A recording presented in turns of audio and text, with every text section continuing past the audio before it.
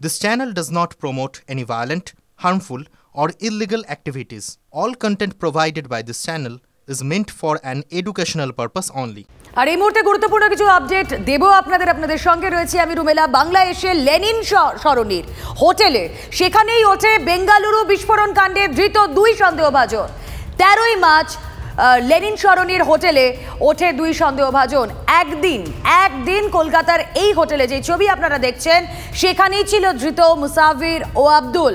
দার্জিলিং থেকে পর্যটক পরিচয় হোটেলে ওঠে 2 জন। 28 দিন বাংলাতেই ঘাঁটি গেড়েছিল 2 সন্দেহভাজন। আইএস জঙ্গি ভুয়ো আধার কার্ড ও লাইসেন্স বানিয়ে গা ঢাকা দেয় 2 সন্দেহভাজন। অনমোল কুলকার্নি, মোহাম্মদ শাহনওয়াজ এই নামে ভুয়ো আধার কার্ড বানিয়ে লেনিন সরণির হোটেলে ওঠে তারা। হোটেল ছাড়ার সময় জানিয়ে দেয় দিল্লি যাচ্ছি। খবর এমনই সূত্রের। ধৃতদের একাধিক ডেরায় পৌঁছে গিয়েছি আমরা। TV9 বাংলা। সরণির সেই হোটেলে তারা যে আধার কার্ড জমা করেছিলেন সেই আধার কার্ড আমাদের কাছে এসে পৌঁছেছে এবং এই যে রেজিস্ট্রার, তুমি রেজিস্ট্রারে আমি দেখাতে বলবো, রেজিস্ট্রারে কিন্তু তাদের নাম রয়েছে, একজনের আমল কুলকার্নি, আরেকজনের নাম কিন্তু শাহনওয়াজ নামটা কিন্তু তুমি দেখবে যে ওই এনআই এর যে লিস্ট সেখানেও রয়েছে। কোন ঘরে ছিল? রুম নম্বর 8-এ 13/3/2024 অর্থাৎ 13ই মার্চ 5:40 তারা এখানে চেক ইন করে, পরের দিন 12টায় বেরোয়। 8 নম্বর ঘরে একেবারে ধর্মতলা শহরের উপকণ্ঠে সেখানে কিন্তু তারা একটি রাত কাটিয়ে যায় এবং একটি রাত কাটানোর পর তারা কিন্তু এখান থেকে বলে যে আমরা যাব হচ্ছে চেন্নাই, দার্জিলিং থেকে আমরা আসছি। এবং তারা যে ঘরে ছিল, এই দেখো, এই হচ্ছে সেই হোটেল প্যারাডাইস যেখানে রামেশ্বরম বিস্ফোরণ কাণ্ডের মাস্টার মাইন্ড 2 জন তারা ছিল। তুমি বুঝতে পারছো কতটা বিপদ সংকুল এলাকায় বলা চলে এই পরিস্থিতি। তার কারণ হচ্ছে যে 2 জন বিস্ফোরণ কাণ্ডের মাস্টার মাইন্ড তারা কিন্তু এই হোটেলে ছিল এবং এখানে যিনি রক্ষণাবেক্ষণের দায়িত্বে ছিলেন তিনি কিচ্ছুটি টের পাননি। 2 জন দুষ্কৃতী জঙ্গিকে তিনি ঠাঁই দিয়েছিলেন বলা চলে।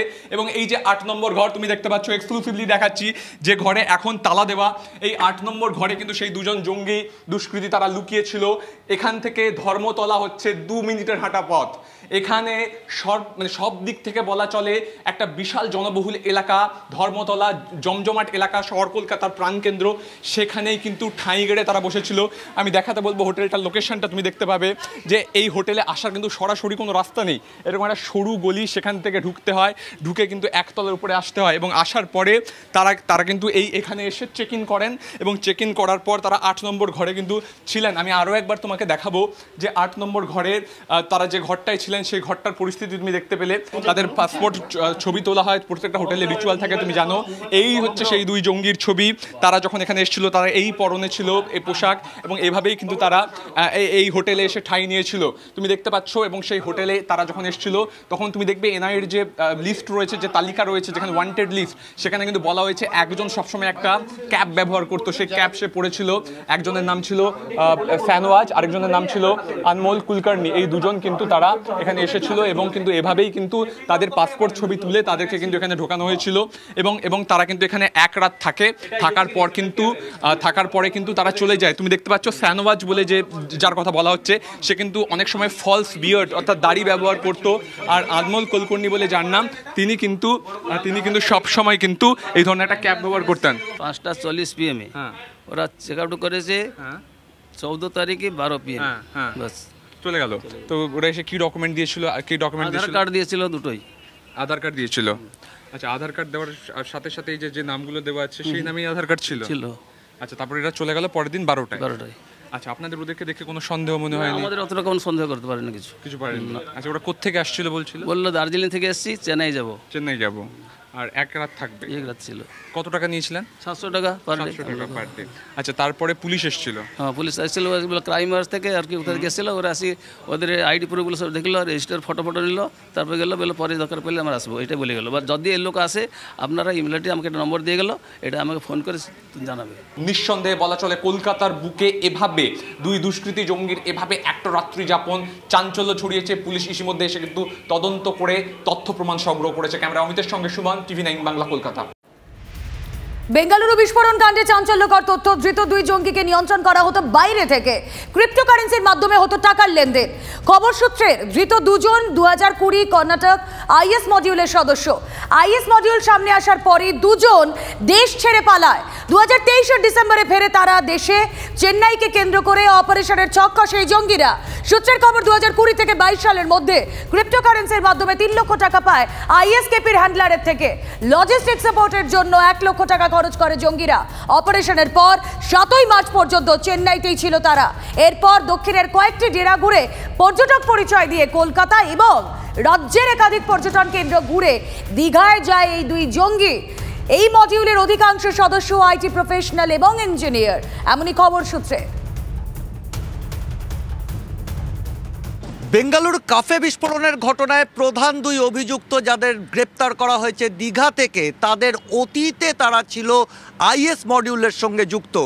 শিবমোগ্গা আইএস মডিউল নামে পরিচিত কর্ণাটকের বেঙ্গালুরু সংলগ্ন এলাকার একটি আইএস মডিউল 2022 সালে প্রকাশ্যে আসে এবং সেই আইএস মডিউলের কয়েকজন গ্রেপ্তার হলেও বাকিরা পালিয়ে যায়। তার মধ্যে ছিল এই 2 জন।